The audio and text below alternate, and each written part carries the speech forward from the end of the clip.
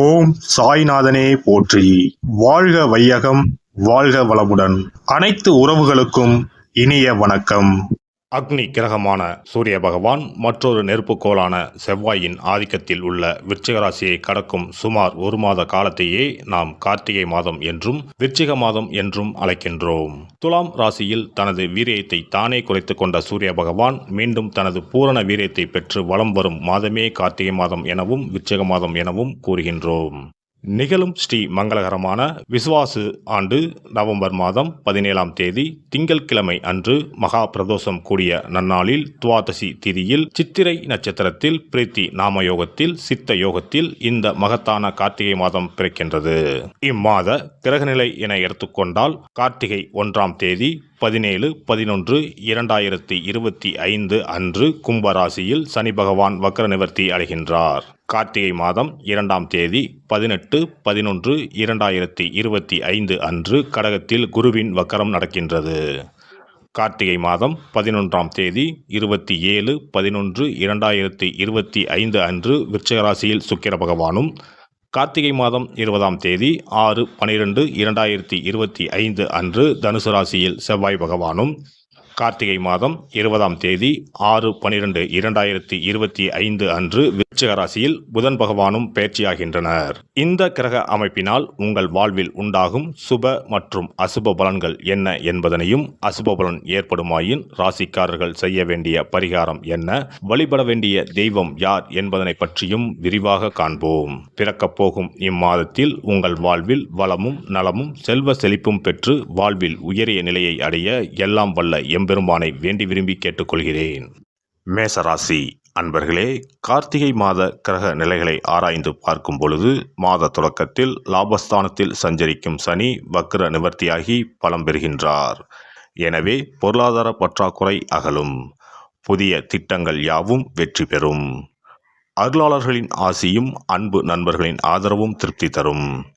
ராசிநாதன் செவ்வாய் பூர்வ புண்ணிய ஸ்தானாதிபதியுடன் இணைந்து விருச்சிக ராசியில் தன் சொந்த வீட்டில் சஞ்சரிப்பதால் எடுத்த முயற்சிகள் அனைத்திலும் வெற்றி கிடைக்கும். தம்பியுடன் இருந்த பகை மாறும். பாக பிரிவினைகள் சுமூகமாக முடியும்.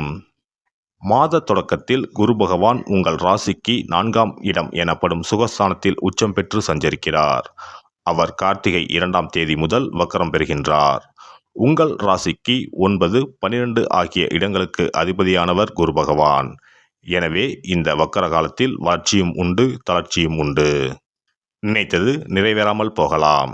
நடக்காது என்று நினைத்த காரியம் நடைபெற்று மகிழ்ச்சியை தரும். இருப்பினும் இக்காலத்தில் குருவின் வழிபாடு அவசியம் தேவை. கார்த்திகை மாதம் 11ஆம் தேதி விருச்சிக ராசிக்கு சுக்கிரன் வருகின்றார். அவர் உங்களுக்கு யோகத்தை வழங்கப் போகிறார். அங்குள்ள சூரியன் செவ்வாயோடு இணைகின்றார். எனவே சுக்கிரமங்கல யோகம் உருவாகிறது. இதனால் கல்யாண கனவுகள் நனவாகும். வீட்டிற்கு தேவையான விலை உயர்ந்த பொருட்களை வாங்கி மகிழ்வீர்கள். ஆடை ஆபரண சேர்க்கையும் உண்டு. உடன் பிறப்புகள் மூலம் ஒரு நல்ல தகவல் கிடைக்கும். அரசு வழியில் வேலைக்கு விண்ணப்பித்தவர்களுக்கு இப்பொழுது நேர்முக தேர்வில் வெற்றி கிடைத்து வேலையும் கிடைத்து மகிழ்ச்சி அதிகரிக்கும். கார்த்திகை 20ஆம் தேதி தனுசு ராசிக்குள் செவ்வாய் பகவான் செல்கின்றார். உங்கள் ராசிநாதனாகவும் அஷ்டமாபதியாகவும் விளங்கும் செவ்வாய் பகவான் தற்சமயம் 9ஆம் இடத்திற்கு வரும்பொழுது பாக்கியஸ்தானம் பலம் பெறுகின்றது. எனவே கேட்டது கிடைக்கும், நினைத்தது நடக்கும். இதுவரை சேமித்த சேமிப்பை இப்பொழுது அசையா சொத்தாக மாற்ற முயற்சிப்பீர்கள். பத்திரப்பதிவில் இருந்த தடைகள் அகலும். மூடிக்கிடந்த தொழிலுக்கு திறப்பு விழா நடத்துவீர்கள். முன்னேற்ற பாதையில் அடியெடுத்து வைக்க சகோதரர்கள் உதவுவார்கள். கார்த்திகை 20ஆம் தேதி விருச்சிக ராசிக்கு புதன் பகவான் வருகின்றார்.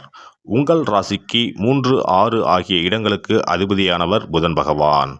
அவர் அஷ்டமத்தில் சஞ்சரிக்கும் இந்த நேரம் ஒரு அற்புதமான நேரமாகும். கெட்டவன் கெட்டிடில் கிட்டிடும் ராஜயோகம் என்பதற்கேற்றபடி படிப்படியாக தடைப்பட்ட காரியங்கள் தானாக நடைபெறும். அடிப்படை வசதிகள் பெருகும். ஆனந்த வாழ்க்கை மலரும். குழந்தைகள் எதிர்கால நலன் கருதி எடுத்த முயற்சிகள் யாவிலும் வெற்றி கிடைக்கும். பொது வாழ்வில் உள்ளவர்களுக்கு எதிர்பார்த்த மாற்றம் உண்டு. வியாபாரம் தொழில் செய்பவர்களுக்கு விடிவு காலம் உண்டு. உத்தியோகத்தில் உள்ளவர்களுக்கு பதவி உயர்வு உண்டு. கலைஞர்களுக்கு நினைத்தது நடக்கும். மாணவ மாணவியர்களுக்கு படிப்பில் கவனம் தேவை. பெண்களுக்கு கடன் என்ற 3 எழுத்து தீரும். கல்யாண கனவுகள் நனவாகும். லாபாதிபதி பலம் பெறும் இந்த நேரம் தொழில் வியாபாரத்தில் எதிர்பார்த்ததை காட்டிலும் கூடுதல் லாபம் கிடைக்கும்.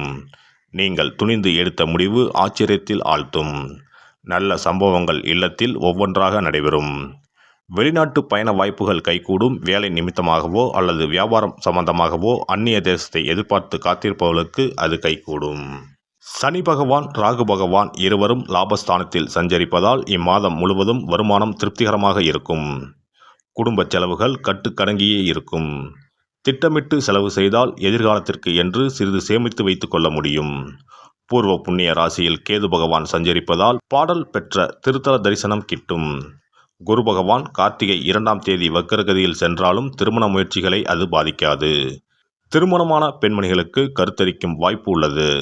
பழைய கடன்கள் இருப்பின் அவற்றை அடைத்து நிம்மதி பெறலாம்.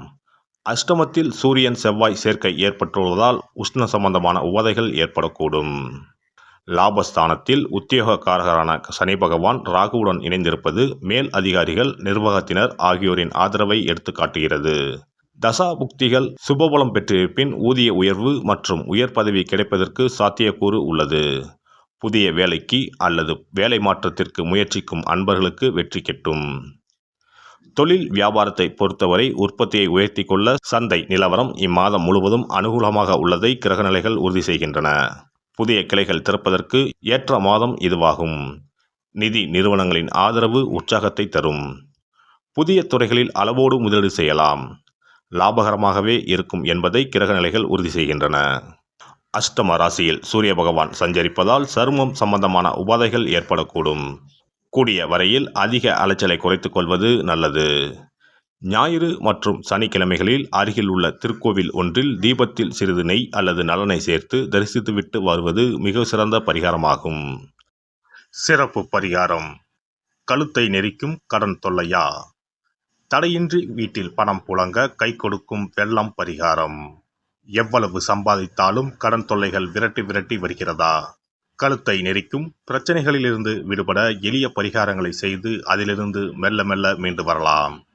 பெரும்பாலும் கடனில் மூழ்கி இருப்பவர்களுக்கு நிம்மதி என்பதே இருக்காது. ஒவ்வொரு நாளும் ஒவ்வொரு யுகமாக நகரும். சொல்ல முடியாத அளவுக்கு மன உளைச்சலுக்கும் ஆளாவார்கள். இது போன்ற தொந்தரவில் சிக்கியுள்ளோர் பச்சரிசி பரிகாரங்களை செய்யலாம். இந்த பச்சரிசி பரிகாரத்தை வெள்ளிக்கிழமை, பௌர்ணமி வரும் நாட்கள் அல்லது புரட்டாதி நட்சத்திரம் வரும் நாட்கள், சதுர்த்தி நாட்கள் இப்படி ஏதாவது ஒரு நாளில் இந்த பரிகாரத்தை செய்யலாம். பிரம்ம முகூர்த்தத்தில் செய்வது மிகவும் நல்லது. இதற்கு ₹1 நாணயம் மொத்தம் 11 எடுத்துக்கொள்ள வேண்டும். நாட்டு மருந்து கடைகளில் கிடைக்கும் புனுகு என்ற பொருள், ஜாதிக்காய், ஏலக்காய் போன்றவற்றையும் வாங்கி வைத்துக் கொள்ள வேண்டும். இப்போது 11 நாணயங்களின் மீதும் இந்த புனுகை சிறிது தடவி விட வேண்டும். மஞ்சள் அல்லது சிவப்பு நிற பருத்தி துணி ஒன்றை எடுத்துக்கொண்டு புனுகு தடவிய நாணயம், ஏலக்காய், ஜாதிக்காய் போன்றவற்றையும் அதில் போட்டு அனைத்தையும் முடிச்சு போட்டு ஒரு பாத்திரத்தின் உள்ளே வைத்துவிட வேண்டும். இந்த பாத்திரத்தின் மீது பச்சரிசியை கொட்டி மூடிவிட வேண்டும். குடும்பத்தில் அதிக சம்பளம் பெறும் நபர்கள் தூங்கும் இடத்தில் இதனை வைத்துவிட்டால் போதும்.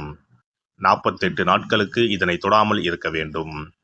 48 நாட்கள் கழித்து பாத்திரத்தில் உள்ள ஏலக்காய், ஜாதிக்காய் ஆகியவற்றை தண்ணீரில் விட்டுவிட வேண்டும். பச்சரிசினை எறும்புகளுக்கு தானம் செய்து விடலாம். இதனால் பண கஷ்டம் நீங்கி பணம் பெருக துவங்கும் என்பது நம்பிக்கை. அதேபோல 27 மொச்சை கொட்டைகளுடன் சிறிது வெல்லத்தையும் எடுத்து உள்ளங்கையில் வைத்துக்கொண்டு ஓம் ஸ்ரீ மகாலட்சுமி தாயே போற்றி என்ற மந்திரத்தை 27 முறை சொல்ல வேண்டும். பிறகு ஒரு தண்ணீர் உள்ள ஒரு பாத்திரத்தில் மொச்சக்கொட்டை வெல்லத்தையும் சேர்ந்து கலந்து பசுமாட்டுக்கு தரலாம் அல்லது ஓடும் ஆற்றில் கரைத்து விடலாம். வாரந்தோறும் வெள்ளிக்கிழமைகளில் தொடர்ந்து 11 வாரம் சூரிய உதயத்திற்கு முன்பாக செய்து வரும்போது பண கஷ்டம் மெல்ல மெல்ல குறைய துவங்கும். அதே போல கடன் சிக்கலில் உள்ளவர்கள் பெருமாள் கோவிலுக்கு சென்று சனிக்கிழமை, புதன்கிழமைகளில் சக்கரத்தாழ்வார் சன்னதியில் துளசி மாலை சாற்றி 12 முறை வலம் வர வேண்டும். இதேபோல் 12 வாரமும் துளசி மாலை சாற்றி பிரார்த்தனை செய்து வந்தால் கடன் பிரச்சனைக்கு விடிவு காலம் கிடைக்கும். அதே போல அரச இலையை வைத்தும் பரிகாரம் செய்யலாம். அரச இலையில் மஞ்சள் பிள்ளையாரை பிடித்து வைத்து அதற்கு குங்கும பொட்டு, பூ வைத்து பூஜை அறையில் வைத்து தீபம் ஏற்ற வேண்டும். ஒரு வெற்றிலையை எடுத்து அதில் உங்களது கடன் தொகை எவ்வளவு என்பதையும் அந்த கடன் தீர வேண்டும் என்றும் எழுத வேண்டும். பிறகு வெட்டிவேர் ஒரு துண்டு, நெல்மணி 1 ஸ்பூன், 2 அருகம்புல் போன்றவைகளை வெற்றிலையில் வைத்து மஞ்சள் பிள்ளையாரின் முன்பு வைத்துவிட வேண்டும். இப்போது பிள்ளையாருக்கு தீபாராதனை காண்பித்து கடன் பிரச்சனை சீக்கிரம் தீர வேண்டும் என்று பிரார்த்தனை செய்து கொள்ள வேண்டும். இப்படி வாரம் வாரம் வெள்ளிக்கிழமையில் வழிபட்டு வரும்போது பலன் கிடைக்கும். எந்த ஒரு பரிகாரமாக இருந்தாலும் முழு மனதுடன் முழு நம்பிக்கையுடன் செய்தால் மட்டுமே பலன் கிடைக்கும்.